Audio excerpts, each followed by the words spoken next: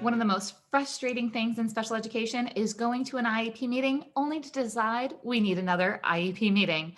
I'm going to give you 3 ways to avoid that. Welcome to the Special Education Inner Circle podcast. I'm your host, Katherine Witcher, and let's jump right in with strategy number 1. If you've been to an IEP meeting where you get to the very end and we start to talk about placement and we're deciding what's going to be the most appropriate placement to ensure that a child is going to be prepared for further education, employment, independent living, and that discussion is left to the last 5 minutes of the IEP meeting, and not everybody is fully participating, not everybody has all of the information, and often we have to continue the IEP meeting just for the topic of placement because we didn't have enough time or information. I want you to decide right now to never let that happen again. A great strategy is to make sure that you're having the conversation before the IEP meeting in regards to the full continuum of placements. Now, the full continuum of placements, that's the buzzword that's in ideal law. Remember, I'm not a lawyer. I'm just telling you where to look. So this full continuum of placements is everything in a district that is from general education with no supports to a residential school, possibly even out of state. For most students, we're going to look at 3 placements and decide, do we need this level of support or that level of support? What's going to be the most appropriate place? Too often, recommendations are being made without everybody having the information, meaning that a parent has not seen a classroom or does not know firsthand what the program looks like that the team is recommending. Often, teachers who are making the recommendation are doing so out of habit and they don't know what the next program actually looks like. I'm speaking from firsthand experience. I was a teacher many, many years ago, and it was often the case where I was making a recommendation to go from my classroom to the next classroom in middle school just based on that was the track that the district recommended, not because I had seen the actual classroom. Now, shame on me for not asking more questions, for not asking to go see that classroom, for not asking to know more about the recommendation that I was making. But I was a brand new teacher and I was really relying on my boss and on my colleagues and for their wisdom and their information. I wish I would have known to do better, but I know now, and that's exactly what I'm encouraging you to do. As a teacher, I want you to feel confident in the recommendations that you're making because you've seen the information or the program firsthand. Parents, I want you to feel confident by starting this conversation before the IEP meeting and asking the question of what placements have been considered or will be considered, and make sure that you have the information that you need before you go to the IEP meeting. Now, you don't need an IEP meeting to have the discussion about what's going to be considered so then you can get the information to have it at the actual meeting. Don't call a double meeting. Just have the conversation. Make sure that you put your request in writing to know what those placements being considered are going to be, and make sure that you have the information that you need. As a parent and teachers, do that work behind the scenes to make sure that you know what's going to happen during that discussion and you're confident that the parents can participate in that part of the discussion.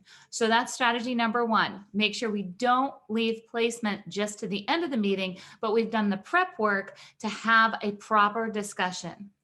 Strategy number 2 is let's make sure that we're not having an IEP meeting to decide that we need to collect more data so we can have another IEP meeting. This happens all the time. A parent is frustrated with what's happening in their child's education. They're looking at the progress and wondering, is there any progress? And they call an IEP meeting so we can all go sit at the table to decide that we need to collect more data so we can have another IEP meeting.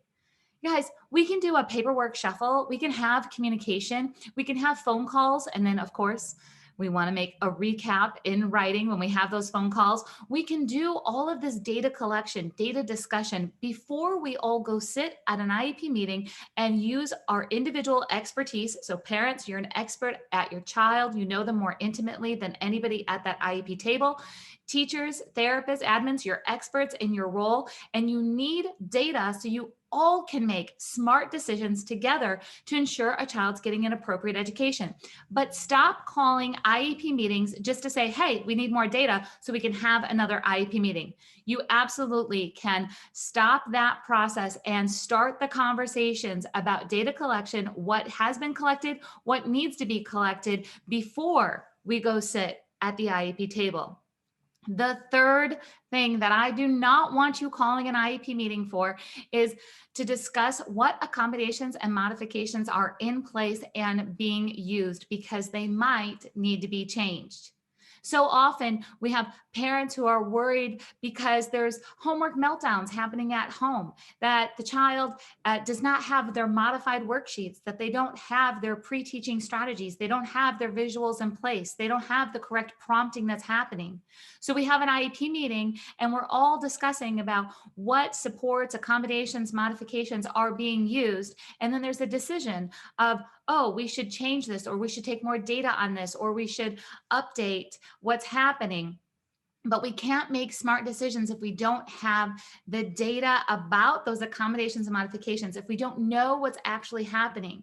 So we come to the table, we're struggling, and the teachers are having a conversation. Well, are you doing this in your classroom? Are you doing that in your classroom? Those conversations don't need to happen at the IEP table.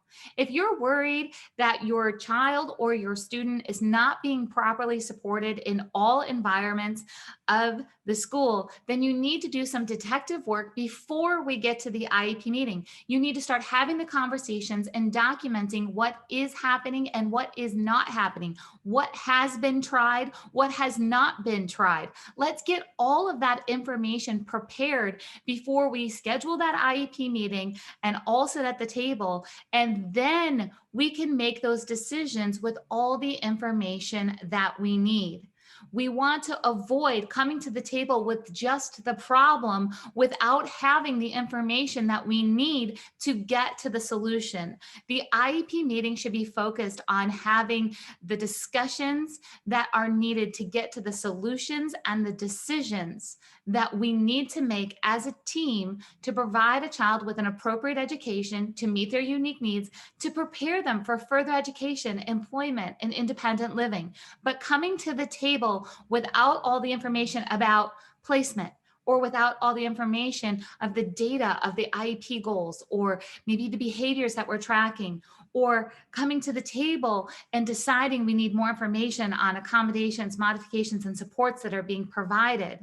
That's not an effective use of everyone's time, to come to the table without those pieces of information and then having the meeting to say we need the information to have another meeting. So let's all decide right now that we're going to do the prep work in those areas so we don't get stuck in that cycle of meeting after meeting after meeting without having decisions made because we don't have the right information. I want to encourage you that if you're struggling to get the correct information, if you're struggling and stuck inside of this cycle of meeting after meeting after meeting, that you hop on over to specialedinnercircle.com, go download your free IEP checklist with 12 questions that you need to ask before the IEP meeting. And yes, this is for parents and teachers and therapists and admins. If you sit at an IEP table, the checklist that's waiting for you at specialedinnercircle.com is a tool that you need.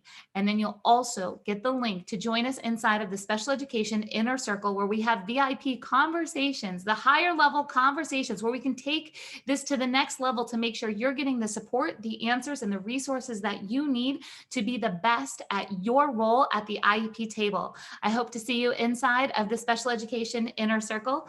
We'll chat next time.